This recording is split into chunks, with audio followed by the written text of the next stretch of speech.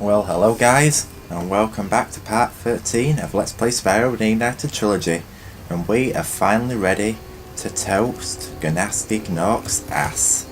So, let's confront the beast himself. All this just for calling him ugly. Of which he is ugly, so you should actually accept that. But nope, we have got to fight him now.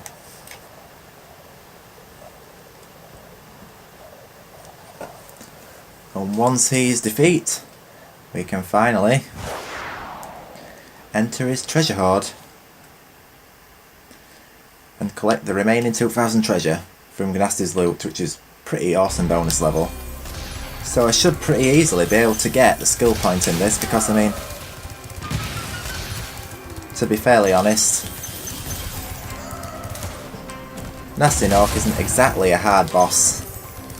I'd say the hardest boss in Spyro 1 is probably, although saying that was a close call, I'd say the hardest boss probably in Spyro 1, I would say, is Dr. Shemp. Which is not exactly that hard at all, really. Although it is hard by standards of Spyro 1 bosses, so.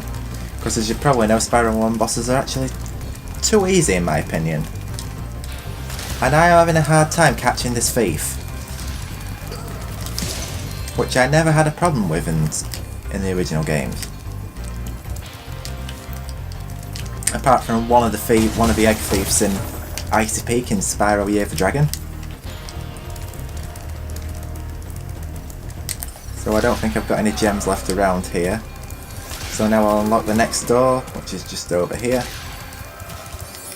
Which hopefully I don't get hit during this cutscene, which has been known to happen before. So then I lose the ability to get the skill point, because I got hit during a cutscene.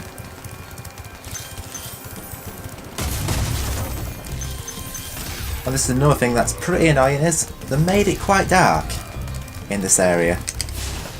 So you can't exactly see where you're running.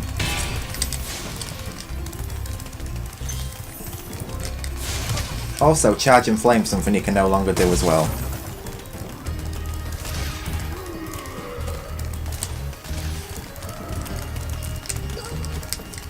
Oh, why ain't it flaming? I keep pressing flame and it's not... There we go. I say I usually was able to flame these egg thieves pretty much straight away in the original game before I even got anywhere near here, but as I've said, they made the egg thieves even faster, frustratingly.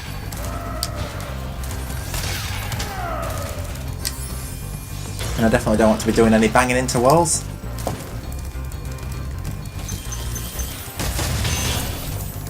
And I can also remember getting the trophy on here, which is letting Gnasty Gnorc do, I think it's either 5 or 10 laps, I think it's 5. To do 5 laps of the circuit. Which is actually quite an easy achievement. It just takes a bit of time. As I say, this is quite a long lap, the last lap. But of course I've got to go round again and chase him round again. But before I do that, I am of course going to do another lap round here, because I think there might be treasure I might have missed. And there is.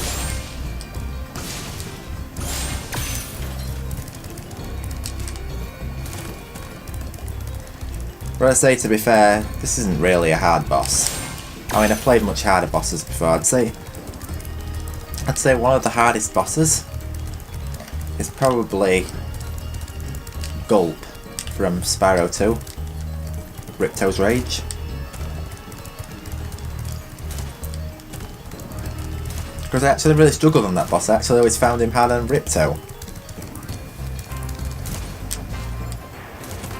And I've just got to chase Gnorc the rest of the way. Of which this really does look like a cool boiler room, the way they've done this up in Reignited Trilogy, which is kind of nice. And now I should be able to toast him without getting hit.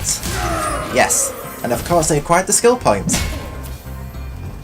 You're toast, Gnorc.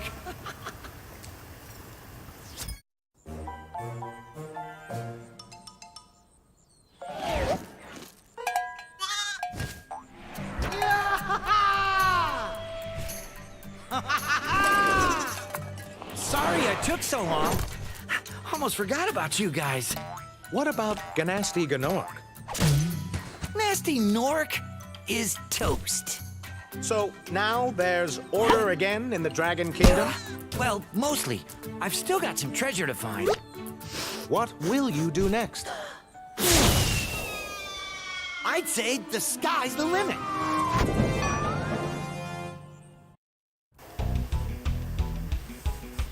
So of course here's the ending credits, and it obviously uses a Misty Bog theme, like it does from the original game. And actually, it does the same thing for Spyro 2 and 3, pretty interestingly. Although I am going to skip the ending cutscene and the ending credits, because I'm sure you can see them elsewhere on YouTube, and to be fair, they do last an awful long time. As I say, I've sat through the whole ending credits and wish I hadn't, because they lasted like 20 minutes. Which is probably the longest ending credits in a game, like I've said before.